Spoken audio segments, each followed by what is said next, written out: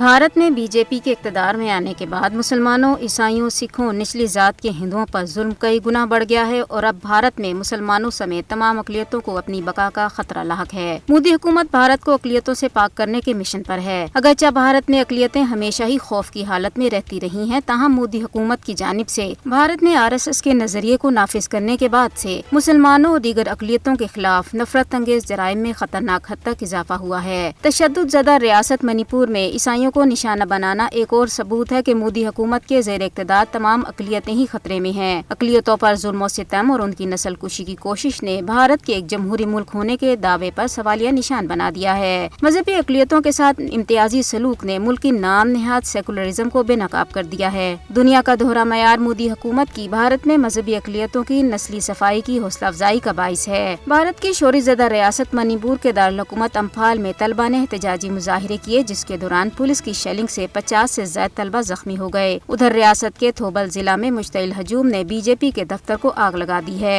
Indian national Congress के सदर मल्लिकार्जुन खड़गे ने कहा है कि बीजेपी हुकूमत ने मणिपुर को मैदान जंग बना रखा है। अक़वाम मुत्तहिदा के इंसानी हकूक़ कौंसिल के 54वें इजलास में कश्मीरी वफ़द ने कहा है कि दुनिया यूक्रेन में तशद्दुद को रोकने के लिए फ़ाल किरदार अदा कर रही है, ताहम अक़वाम मुत्तहिदा की 18 के लगभग करारदादों के बावजूद आलमी बरादरी जम्मू और कश्मीर तनाज़े के हवाले से खामोश है। उन्होंने इंसानी हकूक़ कौंसिल से मुतालबा किया है कि मकबूजा जम्मू कश्मीर में कश्मीरियों की नस्ल कुशी रोकने के लिए मौसर किरदार अदा करे। कुल जमाती हुर्रियत कॉन्फ्रेंस ने गैर कानूनी तौर पर नज़रबंद हुर्रियत रहनुमाओं और कारकुनों की हालत ज़ार पर तशवीश का इज़हार करते हुए अक़वाम मुत्तहिदा के सेक्रेटरी जनरल उन तीनों गोत्रस से अपील की है कि वो नज़रबंदों की रिहाई और तनाज़ा कश्मीर के हल के लिए भारत पर दबाव डाले। नई दिल्ली के ज़ेर कंट्रोल रियासती एजेंसी SIA ने जनूबी कश्मीर में कई घरों पर छापों के दौरान मकीनों को हरासा करने के अलावा घरों और बैंकों की दस्तावेजात और मोबाइल फोन अपने कब्जे में ले लिए।